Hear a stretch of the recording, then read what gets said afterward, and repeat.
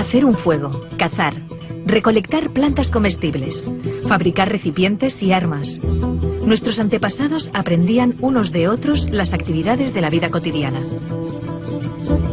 Los conocimientos se adquirían a través del contacto con los demás y la repetición. Hasta que miles de años después se inventó la escritura, la primera gran revolución en el aprendizaje. Entonces, los textos comenzaron a vehicular buena parte del conocimiento. También cambiaron, claro, las cosas que aprendía la gente. Nacieron las primeras escuelas. En ellas, un individuo, el profesor, tenía unos conocimientos que dictaba a una serie de alumnos, que los aprendían. En el siglo XVIII, cuando se produjo la Revolución Industrial, se comenzaron a regular los sistemas educativos. El objetivo era preparar a los trabajadores que luego estarían a cargo de las cadenas de montaje en las fábricas. Individuos que hacían lo mismo una y otra vez durante muchas horas al día.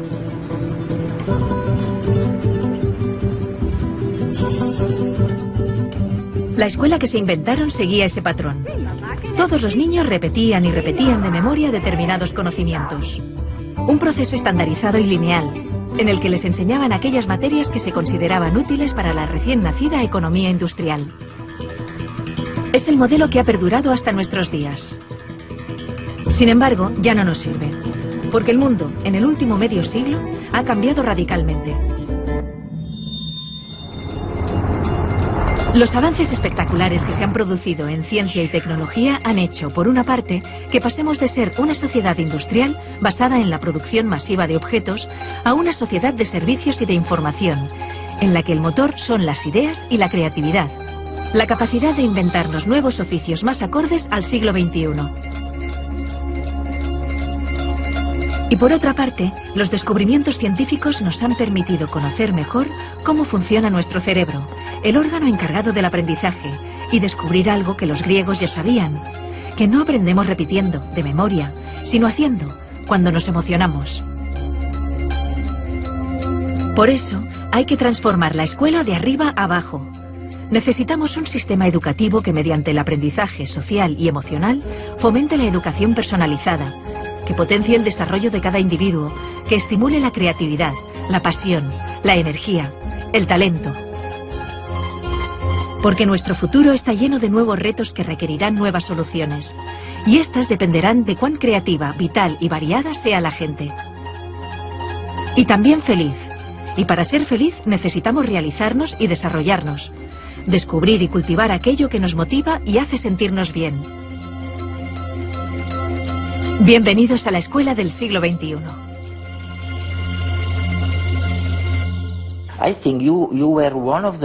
Creo que fuiste uno de los primeros del sector educativo en hablar de la desafortunada división entre ciencias y la cultura o las artes. Y es curioso, porque nosotros, cuando preparamos programas científicos, a menudo tenemos que enfrentarnos a un dilema.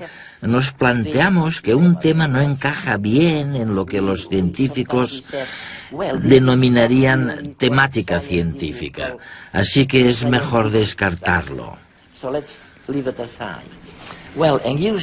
Pero tú afirmas que como resultado de esta escisión entre la ciencia y las disciplinas artísticas, hemos ignorado un campo fantástico, el de la creatividad.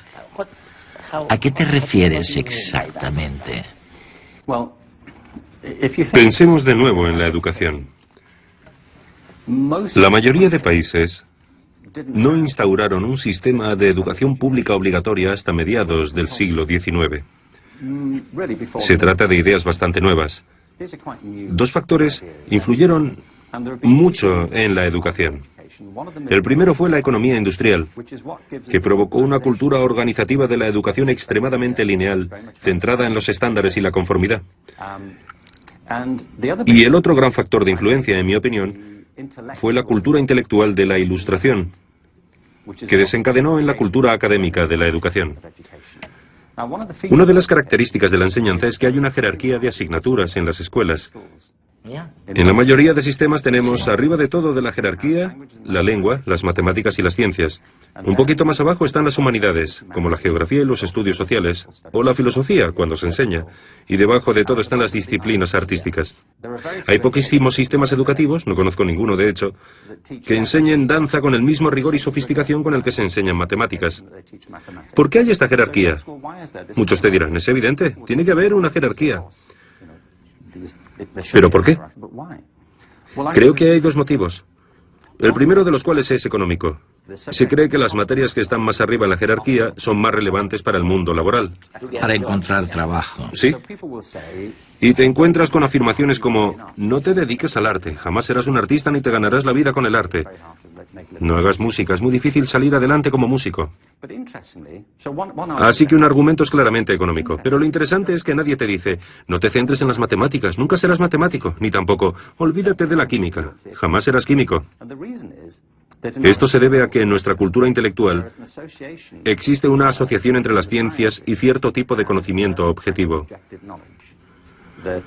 Se cree que al trabajar con las ciencias, se trabaja con hechos y certeza, que son las cosas que marcan diferencias en el mundo, mientras que las disciplinas artísticas se asocian con los sentimientos y la expresión personal, por lo que están muy bien para entretenerse, pero no son importantes para la economía.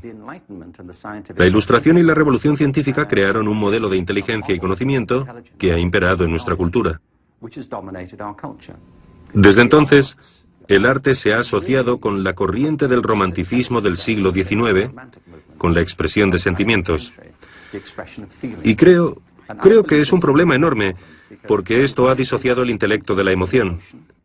Y hemos pasado a considerar ambas cosas como separadas, en detrimento tanto de las artes como de las ciencias. La creatividad ha pasado a asociarse con lo artístico y no con lo científico, porque se cree que la creatividad tiene que ver con la expresión individual de las ideas. Yo propongo, entre otras cosas, retomar una concepción de la creatividad que nos devuelva la relación entre las disciplinas artísticas y científicas, puesto que ambas salen perjudicadas de la separación. Mientras hablabas, pensaba en el patrón que sirvió para establecer que alguien estaba en la parte adecuada del conocimiento, lo que llamamos el cociente intelectual. ¿Por qué demonios hemos creído durante tanto tiempo que la medición del coeficiente intelectual era importante para la vida económica? ¿Por qué? El cociente intelectual fue una de las nociones que surgió del crecimiento de la psicología y la sociología, de los intentos de aplicar las mismas características de las ciencias físicas a las personas. Lo importante es que había dos fuerzas. Por un lado, un verdadero espíritu de investigación, para ver si podíamos medir la inteligencia igual que medimos el movimiento de las mareas, pero también coincidió con el crecimiento de la educación pública, que requería una manera eficaz, rápida y objetiva de caracterizar a las personas para poder educarlas. Se necesitaba saber, en cierto modo, si tenían una inteligencia normal, inferior a la media o extraordinaria.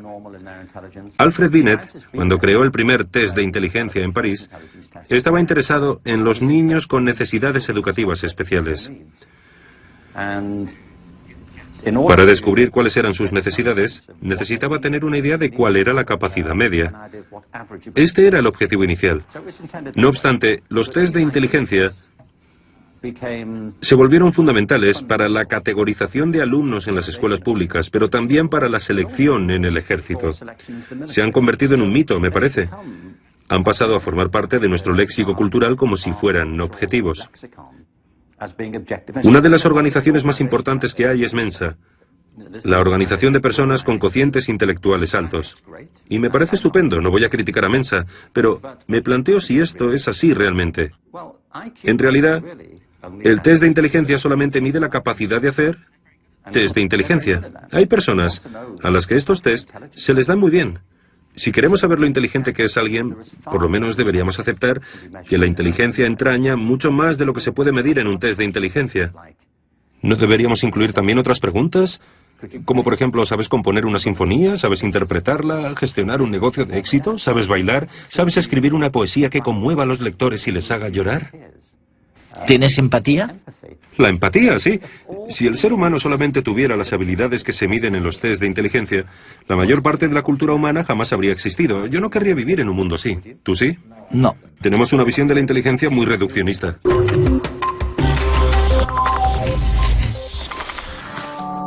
El psicólogo Mark Greenberg recordaba en redes la problemática de los profesores frente a los nuevos retos de la educación. Hasta ahora lo que hacíamos con los profesores era presionarlos muchas veces para que se centraran únicamente en lo académico, solamente en la lectura, las matemáticas y las ciencias. Y en eso se han convertido, en profesores de lectura, de matemáticas y de ciencias. Pero la mayoría de profesores eligieron la profesión porque querían llevarse bien con los niños.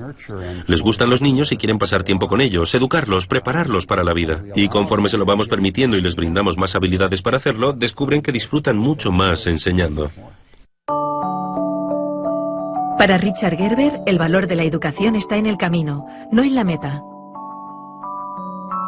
En cierto modo hemos olvidado que lo bueno de la educación está en realidad en la experiencia, en el momento, en la alegría de descubrir algo, en la satisfacción de tener una pregunta y poder buscar una respuesta, y no necesariamente en la propia respuesta.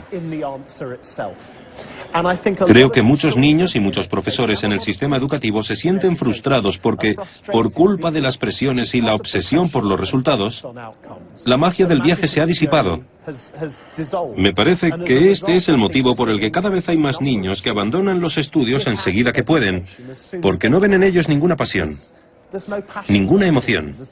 Y es a raíz de esta fijación con el destino final que ignora la alegría de lo que pasa por el camino. Pero, ¿cómo voy a estar atento en clase? Datos y datos, fórmulas, información... Si ya no me acuerdo de lo que estudié el año pasado. Que si la capital de Ecuador es Quito... Pero estoy seguro que eso está en Google.